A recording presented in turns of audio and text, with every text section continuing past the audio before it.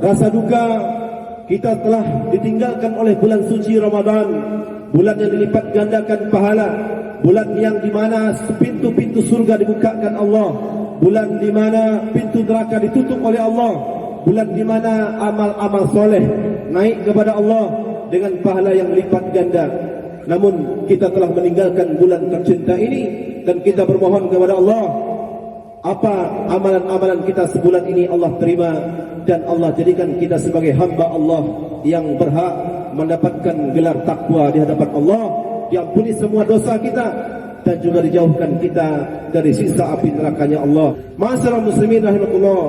Lalu bagaimana puasa yang membuahkan takwa itu? Mereka hendaknya semakin takut kepada Allah, semakin ada rasa cinta kepada Allah. Mereka senantiasa menjaga amal ibadahnya, meskipun di luar Ramadan mereka tetap taat dan patuh kepada Allah. Seorang pedagang yang bertakwa kepada Allah, yang puasanya diterima Allah, akan takut untuk berbuat curang dalam takaran dan timbangannya. Seorang kepala rumah tangga yang takut kepada Allah, dia akan tidak rela kalau anaknya, istrinya bermaksiat kepada Allah. Dia tidak rela membawa rezeki yang haram untuk anak dan istrinya. Seorang hakim yang bertakwa kepada Allah, yang takut kepada Allah, dia akan memutuskan setiap perkara dengan seadil-adilnya, walaupun banyak tekanan, banyak iming-iming suap, banyak kemudian tawaran ini dan itu. Dia akan memutuskan setiap perkara dengan seadil-adilnya, dengan apa yang telah diturunkan Allah Subhanahu wa taala. Seorang istri, seorang ibu rumah tangga yang bertakwa kepada Allah, dia akan senantiasa menjaga aib rumah tangganya untuk tidak dia umbar keluar. Dia akan senantiasa menjaga harta suaminya, kehormatan suaminya, meski tatkala suaminya di luar rumah, suaminya bekerja membanting tulang, tapi seorang istri yang bertakwa kepada Allah, dia akan taat kepada suaminya dalam rangka ketaatan kepada Allah Subhanahu wa taala. Seorang pemimpin yang bertakwa kepada Allah, yang takut kepada Allah, dia akan memanfaatkan jabatannya, dia akan menggunakan amanah yang diberikan kepadanya untuk melayani semua urusan rakyatnya. Dia akan setia melayani rakyatnya, tidak akan pernah berlaku curang, tidak akan pernah mengkhianati rakyatnya, bahkan dia tidak akan berani merampas, mengkorupsi harta rakyatnya, karena dia takut akan ancaman Allah di hari kiamat.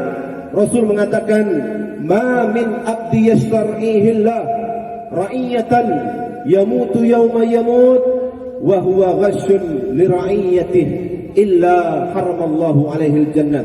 Tidaklah seorang hamba, kata Rasul, yang diberikan amanah oleh Allah untuk memimpin rakyatnya, namun hingga hari kematiannya dia masih berbuat curang atau menipu rakyatnya, kecuali Allah mengharamkan surga atasnya. Maka seorang pemimpin yang bertakwa, yang puasanya berbuah takwa kepada Allah, maka dia akan memanfaatkan amanah dan jabatannya untuk dalam rangka menjalankan semua perintah Allah dan menjauhi larangan Allah. Dia akan membuat kebijakan-kebijakan, dia akan membuat undang-undang, dia akan menyusun keputusan-keputusan yang memihak kepada rakyatnya, dan tentu sesuai dengan tuntunan Allah dan Rasulnya. Ma'asyiral muslimin rahimakumullah. Allahu akbar, Allahu akbar, Allahu akbar. Allah katakan dalam Quran, "Afatu'minuna bi ba'dil kitab wa takfuruna bi ba'd, fama jazaa'u man yaf'alu dzalika minkum illa khizyun fil hayatid dunya wa yaumal qiyamati yuradduna ila asyaddil adab." Allah katakan, apakah kamu beriman kepada sebahagian isi kitab Al-Quran ini saja, lalu kalian mencampakkan isi sebagian yang lain? Maka tiadalah balasan bagi orang yang berbuat demikian, melainkan, kata Allah, khizyun fil hayatid dunya, mereka akan mendapatkan kehidupan yang nista, yang hina dalam kehidupan dunia, dan pada hari kiamat mereka akan dikembalikan kepada adab yang sangat berat. Maka ma'asyiral muslimin rahimakumullah, tidak ada pilihan bagi kita seorang mukmin yang kalau kita ingin puasa kita berbuah takwa, kecuali kita mengamalkan semua perintah Allah dalam Quran dan kita meninggalkan semua larangan Allah dalam Al-Quran. Maka tidak mungkin seorang yang bertakwa kepada Allah, yang mereka menunaikan ibadah haji dan umrah mungkin tiap tahun, namun sementara lidahnya masih suka memfitnah orang, lidahnya masih suka menjelek-jelekkan orang, menggunjing orang, lidahnya masih suka menyakiti hati tetangganya. Tidak mungkin seorang mukmin yang bertakwa kepada Allah akan berbuat demikian.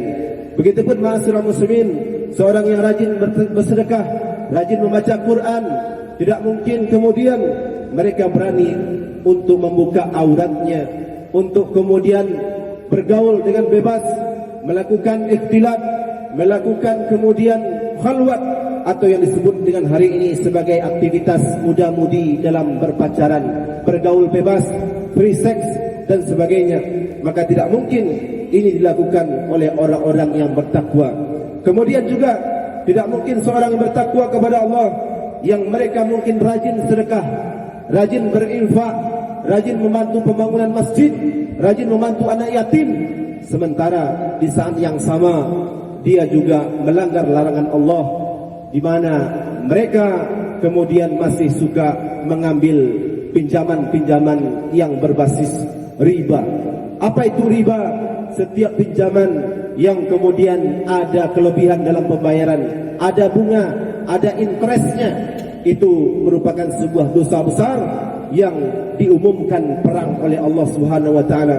Allah katakan dalam Quran, ya ayyuhalladzina amanu taqullaha wa daru ma baqiya minar riba in kuntum mu'minin fa illam taf'alu fa'danu biharbin minallahi wa rasulih. Wahai orang-orang beriman, kata Allah, bertakwalah kalian kepada Allah dan tinggalkanlah sisa riba. Jika kalian beriman, apabila kalian tidak mau meninggalkannya, tidak mau melakukannya, maka umumkanlah, kata Allah, peperangan dengan Allah dan Rasulnya. Ma'asyiral muslimin, Allah, betapa hari ini ma'asyiral muslimin, banyak di antara kita, di masyarakat kita, bahkan negara kita hari ini yang terlilit hutang, yang terlibat dengan aktivitas simpan pinjam yang berbasis riba, yang ada tambahan-tambahan dalam pembayarannya. Ini merupakan sebuah dosa besar yang dilaknat oleh Allah Subhanahu wa taala. Maka seorang mukmin yang bertakwa, kalau selama ini kita belum tahu, kalau selama ini kita mungkin belum faham, maka mulai hari ini, kata Allah, hai orang beriman, takwalah kalian kepada Allah dan tinggalkanlah sisa riba. Yang sudah silakan selesaikan, lalu kemudian tinggalkan, dan ke depan jangan diulang kembali. Ma'asyiral muslimin rahimahullah, di tengah rasa bahagia kita hari ini, di tengah kita bahagia hari ini, bergembira, bertakbir dalam keadaan Idul Fitri hari ini, kita mestinya juga sedikit merenung, menyisakan keprihatinan kita terhadap kondisi umat Islam hari ini. Umat Islam yang harusnya, yang mestinya, kata Allah, sebagai umat terbaik, kuntum khaira ummatin ukhrijat linnas, kamu itu, kata Allah, adalah umat terbaik yang dilahirkan untuk umat-umat manusia di atas muka bumi ini. Namun hari ini kita menyaksikan betapa umat Islam, baik di negeri ini maupun di luar sana, kondisi umat Islam sangat-sangat memprihatinkan, jauh dari predikat umat terbaik. Dalam negeri kita hari ini, ma'asyiral muslimin, kondisi dalam negeri kita, kondisi umat Islam hari ini, mereka dalam bidang pergaulan sangat memprihatinkan betapa pergaulan generasi muda kita hari ini. Belum lagi masalah narkoba, tawuran, masalah kemudian geng motor, semua penyimpangan-penyimpangan perilaku remaja.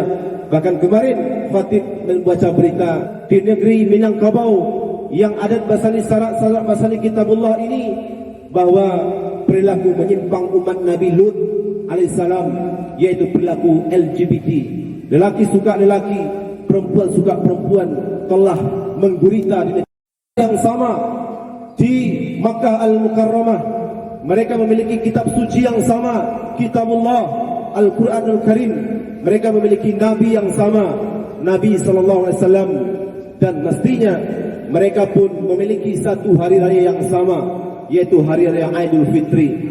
Walaupun hari ini, ma'asyiral muslimin, sebagian saudara kita ada yang memilih untuk berlebaran besok, insyaallah kita berlapang hati dalam hal ini, hingga kemudian kita serukan ke depan umat Islam sejatinya harus memiliki hari Aidil Fitri yang sama.